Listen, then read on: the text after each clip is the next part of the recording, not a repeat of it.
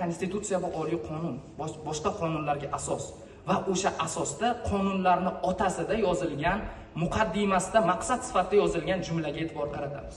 Mamlakatimizning bebaho tabiiy boyliklarini ko'paytirishga hamda hozirgi va kelajak avlodlar uchun asrab-avaylashga hamda atrof muhit musaffoligini saqlashga astoydil ahd qilib, ushbu konstitutsiyani qabul qilamiz va e'lon qilamiz mazmunidagi so'zlar konstitutsiyamizning preambulasiga kiritilgan ekan. Qarang, siz bilan bizni davlatimizni maqsadi atrof muhitni himoya qilish.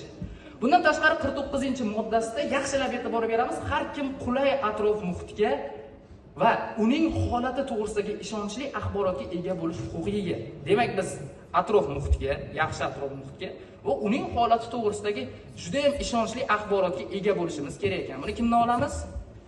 Kimdan olamiz axborot? Media vositalaridan, gazetalardan, televideniyadan olamiz. Ya'ni biz uni olishga huquqimiz bor ekan. Bizda ekologiya huquqi bilan birga inson huquqi degan narsa bor. Inson huquqida tabiiy huquq degan narsa bor. Tabiiy huquq bu insonga tug'ilgandan beriladi. Masalan, yashash. Yashash bu bizning huquqimiz. Hech kim sizni joningizga qasd qilishga huquqi yo'q, mumkin emas.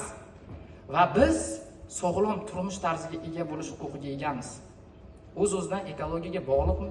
Bog'liq. Demak, biz ekologiyani buzsak, boshqa insonning huquqini buzib qo'yar ekanmiz.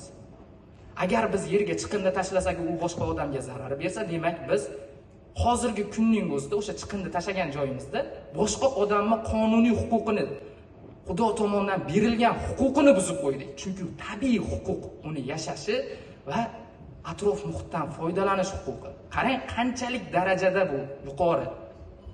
Keyingi prezentatsiya. Endi bizning huquqimiz buzilib, davlat organimi, birorta jamiyat tashkilotimi buzib qo'ydi. Endi nima qilamiz? Biz birgalashib turib organlarga murojaat qilishimiz mumkin, arizalar yozishimiz mumkin, lekin jamoatchilik nazorati degan narsa bor. Masalan, yaqinda Anhor lokomotiv bog'i buzilganda petitsiya imzolandi. Ana shu narsa jamoatchilik nazorati deyiladi. So'rovlar yuborish, organlardan borib talab qilish, siz nimaga bunaqa qilyapsiz, nimaga bu yoqqa uy qurildi, nimaga havo chang deyish bu jamoatchilik nazorati. Biz o'zimizni tabiiy huquqlarimizni talab qilib turib, birgalikda yig'ilib, muhokama o'tkazib, so'rovlar jo'natib, to'xtamasdan qilishga haqqimiz, huquqimiz bor ekan. Chunki buni davlat o'zi aytib turibdi. Kim subyekt desa aytibdi, fuqarolar, qonunchilikda belgilangan tartibda ro'yxatdan o'tgan media, ommaviy axborot vositalari va O'zbekiston Respublikasining barcha fuqarolarining haqqi bor ekan. Qarang, qanchalik bizning huquqimiz bor va biz kimlardir bundan bexabar. Konstitutsiyasining 62-moddasida fuqarolar tabiiy muhitga ehtiyotkorona munosabatga majburdirlar deb yozib qo'ygan. Vatanni himoya qilish degan modda bor.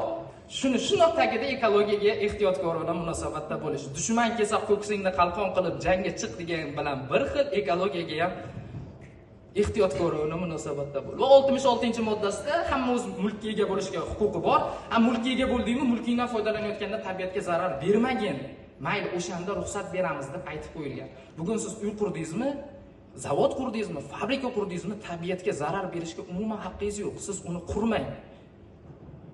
Garchi u qanchadir aholiga foyda bersa ham, lekin tabiatni ifloslantirib zarar bersa, uni qurmang. Unga haqqingiz ham yo'q va davlat ham unga ruxsat bermaydi. Atrof muhofazasi to'g'risidagi qonunda bu narsa keltirib o'tilgan. Keyingi prezentatsiyamiz tabiatni muhofaza qilish to'g'risidagi qonun 12-moddasida aholi oqilona tabiiy resurslardan oqilona foydalanish va tabiiy boyliklarga ehtiyotkorlik bilan munosabatda bo'lish kerak degan. Tabiiy boyliklar nima? Tabiiy boyliklar suv, yer, havo va yer osti boyliklar. Suvga hamma narsani tashlayverish qonunga xilof ekan. Endi muhofazaga o'tamiz. Muhofaza, atrof muhofazasida nima kerak? Bizga asosan ekologik ta'lim va targ'ibot. Ya'ni biz axborot olish huquqimiz bor, ta'lim olish huquqimiz bor. Ekologik ta'lim va targ'ibotni kuchaytirish orqali insonlar ongida huquqiy madaniyatni shakllantirish, ekologik madaniyatni shakllantirish orqali biz o'sha atrof muhofaza qilishimiz mumkin ekan. Yashil qonun, yashil qonunlar ekologiya va atrofni qayg'uradigan, uni buzilishiga yo'l qo'ymaydigan qonunlar qabul qilish va ularning ijrosini ta'minlash.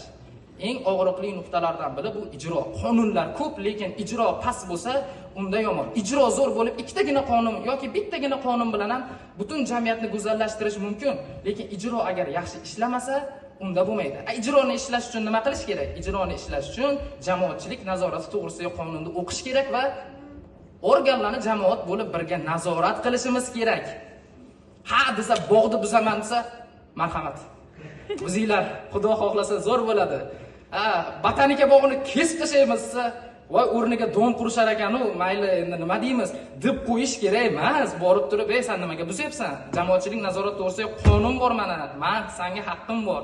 Nimaga qilayotganingni menga izohlab ber" deyishga haqqimiz bor ekan. Va tilimiz ham bor. Borib gapiraylik, gapirdik o'xshadi.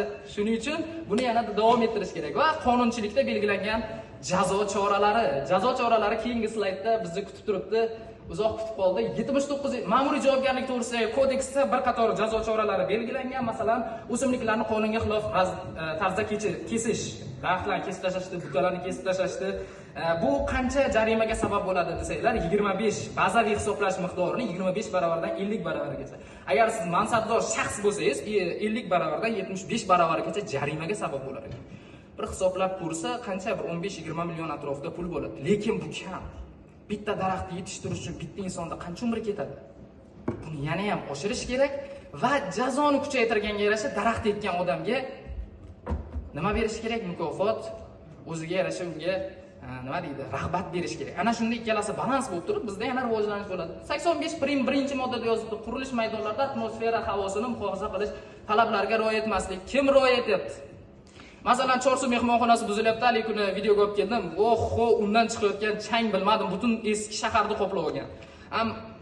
Maydoni bo'lsa 500 metr kvadratdan oshirmas. Ularga tezda jazo chorasini qo'llash kerak mansabdor shaxslarga 10 baravar miqdorida bazaviy hisoblash miqdorini. Lekin bu yetadi o'ylaysizmi? 10 baravarda to'lab turib buzib tashlayveradi-da, 10 baravar ularga nima? Menimcha jazolarni kuchaytirish vaqti keldi. Yo'q. 86 prim 1 modda atmosferaga chiqariladigan zararli moddalarni tozalash uskunalaridan foydalanmaslik. Olmaliqqa borib ko'ramiz, kim foydalanyapti ekan. Navoiyga borib ko'ramiz, kim foydalanyapti ekan va ularga qancha jazo chorasi belgilanadi bilasizlarmi? 1 baravardan 3 baravargacha. 375 ming so'mni to'laydi-da, ketdi bu yo'q.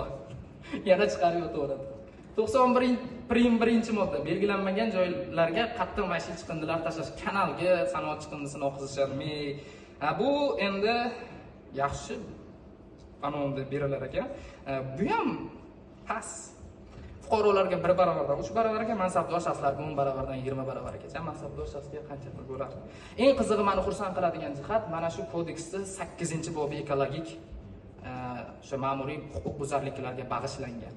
44 ta modda, 348 ta moddadan 44 tasi ekologiya haqida va mana shuning uchun ham men rahmat aytaman. Keyingi slaydga o'taman. Xulosa. Shu bilan xulosa qilmoqchiman. Bitta narsani to'g'ri tushunishimiz kerak do'stlar. Yerga tashalgan har bitta chiqindi bu bizga qilingan jinoyat. Masalan, mana shun qilingan jinoyat. Yerga tashalgan har bitta chiqindi, har bitta ifloslantirilgan har bitta chiqqan zarra chang bu insonning tabiiy Xudo tomonidan berilgan huquqlarga, ekologik huquqlarga qilingan jinoyat hisoblanadi. Shuning uchun kelinglar ekologiya sohasidagi huquqlar va burchlarni o'rganaylik, o'ngimizni oshiraylik, jim turmaylik, jamoatchilik nazorati orqali davlatni nazoratga olaylik.